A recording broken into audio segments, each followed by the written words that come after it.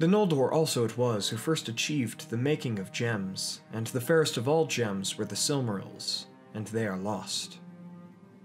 Greetings friends, I hope you all are doing well, wherever you are in Middle-earth. Yoistin here, and today we will be discussing the Silmarils, what they are, and a summary of their history in Middle-earth. Besides the One Ring itself, the Silmarils insinuated the most conflict and change in the world, more than any other objects. Now let's begin our tale. Crafted in the years 1449 through 1450 of the Years of the Trees, in the elven city of Tirion, the Silmarils harnessed some of the light from the two trees of Valinor.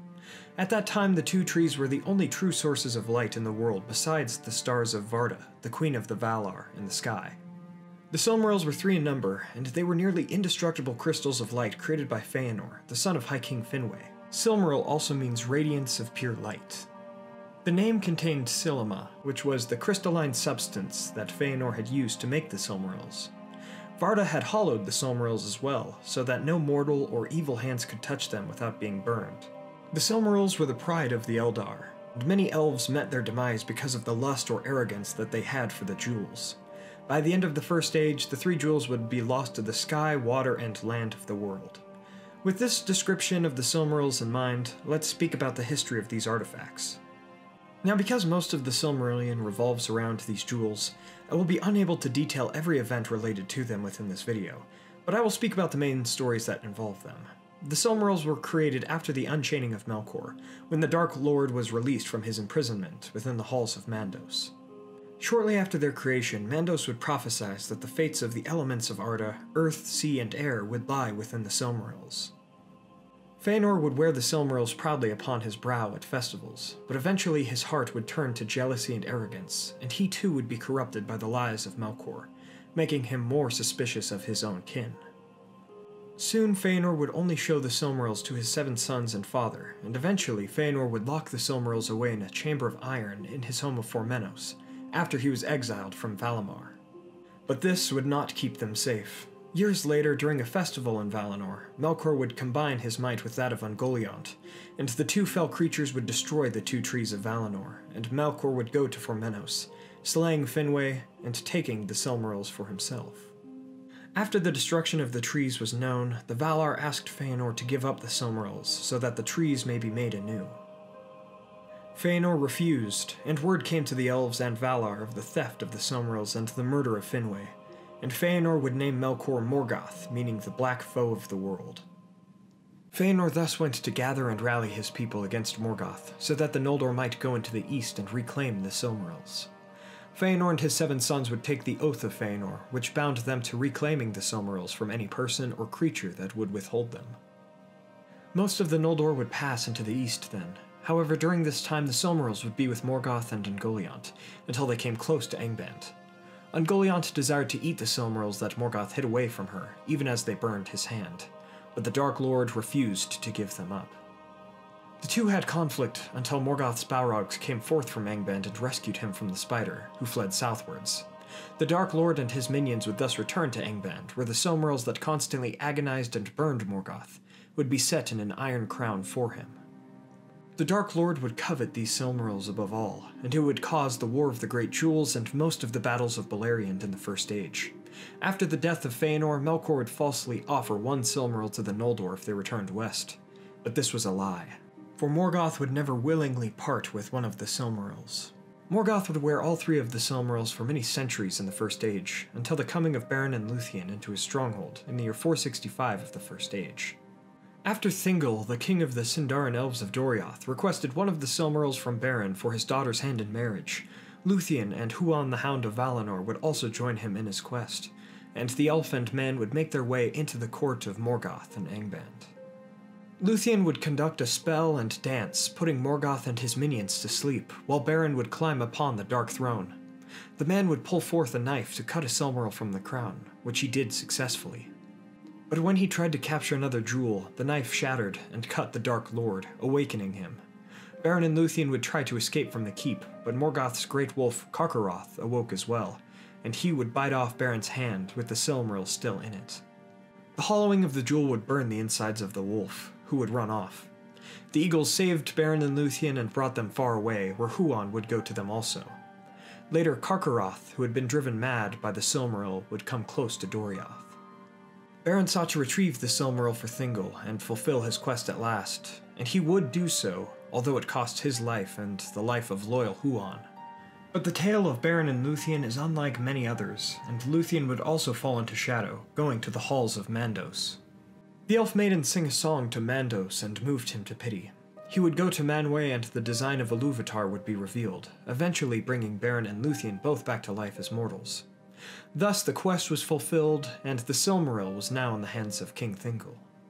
The Elven King would have the jewel put into the dwarven necklace Noglamir by the dwarves of Nogrod, but as it is with nearly all beholders of the Silmarils, the dwarves became greedy and lusted for the gem. They would kill Thingol and steal the necklace with the Silmaril in it, leading to the first sack of Doriath. But Beren had one last role to play in the events of the world, and together with his son Dior, Green Elves, and even a few of the Ents, Beren avenged his father-in-law and rescued the Noglamir from the greedy dwarves. It was thus given to his wife to wear, and Luthien became the fairest sight east of the sea. Luthien's light, however, was too bright for mortal lands, and the Silmaril hastened the deaths of Beren and Luthien. Eventually, the necklace would go to Dior, who attempted to restore Doriath, and when he received the artifact, he knew his parents had met their end. Now, however, the Oath of Feanor reawakened within the hearts of the sons of Feanor when they heard the rumors of the Silmaril's new home, and they assailed Doriath in the second kinslaying. Although 3 of the sons of Feanor would be slain, Dior and most of his family would also fall, leaving only his daughter Elwing to be taken to the havens of Sirion with the Silmaril. Eventually, Elwing and Eärendil would marry, and the jewel would be kept at the havens. After trying to secure the Silmaril peacefully and failing, as the elves of Sirion claimed it as a rightful relic of Beren and Luthien, the remaining sons of Feanor would commit the 3rd kinslaying of the elves at the havens of Sirion. Amros and Amrod, 2 more sons of Feanor, would be slain during this battle, and Elwing would jump into the sea with the Silmaril, to be saved by Ulmo. With the jewel, she would take the shape of a white bird by the power of Ulmo and go to her love Eärendil, who was sailing during this time. Elwing would bring Eärendil the Silmaril, and the 2 would give one last effort to save the Free Peoples, for through the chaos of Morgoth and the kinslayings from the Feanorians, the good peoples of the world were all but defeated. And so Eärendil sailed to Valinor and pleaded with the Valar, and because he came not for his own purposes but for both kindreds of the children of Iluvatar, he was not sentenced to death. Rather, his ship Vingalot was raised into the sky, and with the Silmaril of Beren and Luthien upon his brow, Eärendil became a star that helped to fight the dragon and Calagon the Black during the War of Wrath. And Elwing would live in a tower along the sea in Valinor, learning to transform into a white bird to meet her husband in the sky. The 2 would choose to be elves, and their line would live on through their sons Elrond and Elros, who were also given the choice of kindreds to be men or elves. And the Silmaril that Beren took from Morgoth became the evening star with Eärendil and his boat Vingalot as they journeyed through the skies. But what of the other 2 Silmarils? Theirs is a much shorter story. The 2 Silmarils would stay with Morgoth until the end of the War of Wrath, when they were taken by Eönwë, the Herald of Manwë and the chief of the Maiar. Maethros and Maglor, the last 2 remaining sons of Feanor, were determined to fulfill their oaths, even if they did not truly desire to do so. They petitioned for the return of the Silmarils from Eönwë, who said that they had lost any and all rights to the Silmarils due to their atrocious actions. Instead of accepting the mercy of the Valar or breaking their oaths, for they were made to Iluvatar himself, the 2 elves came into the camp of Eönwë disguised at night and snuck to the place where the Silmarils were kept and slew the guards.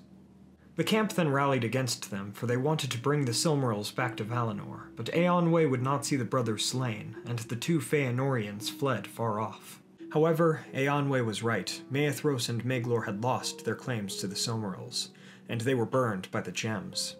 Thus Maethros jumped into a gaping chasm of fire, and his Silmaril was brought into the earth. Maglor cast his jewel into the sea, and wandered the shores forevermore as the last living son of Feanor, singing songs of pain and regret. He would never come into contact with elves again. And so the prophecy of Mandos detailing the fates of the Silmarils would be made true, and the Silmarils would be lost to their elements until perhaps the reshaping of Arda itself. If Dagor Dagorath was to happen, Melkor would be slain, and the world would be made different. The Silmarils would be recovered, and Feanor would be brought back, so that the elf may surrender the Silmarils to Yavanna, and the light of the two trees may be restored, so that the world may be made anew with the second music of the Ainur. Thus ends the tale of the Silmarils and how they shaped the world of Middle-earth as we know it. The Silmarils show us the power that greed, lust, and vengeance may have. Rather than taking oaths of revenge, forgiveness, compassion, and friendship are needed to mend the world. We must not turn things of beauty into items that are coveted. Thank you all so much for watching. I hope you all enjoyed today's video. If you did, please be sure to hit that like button and share this video with a friend. Thank you to Zedophi on Twitter for recommending today's video. For more about the Silmarils or for the source of this video's information, please check out the Silmarillion. It is a really great read. Let me know your thoughts about the Silmarils in the comments below. They are truly interesting artifacts in Tolkien's Legendarium, for they are both holders of beauty and light, and instigators of havoc and destruction. Also, please check out our music channel, Facebook, Twitter, Loot Crate partnership, and Patreon in the description below. The next Westerness podcast will be coming to Patreon soon, so please be on the lookout for that. Finally, don't forget to subscribe and hit that bell button to join the Men of the West and all of the Free Peoples today, and I'll see you all again next week with a video bringing the Ride of the Rohirrim to life. As always, everyone, thank you all so much for joining me on this adventure. Until the next one, my friends.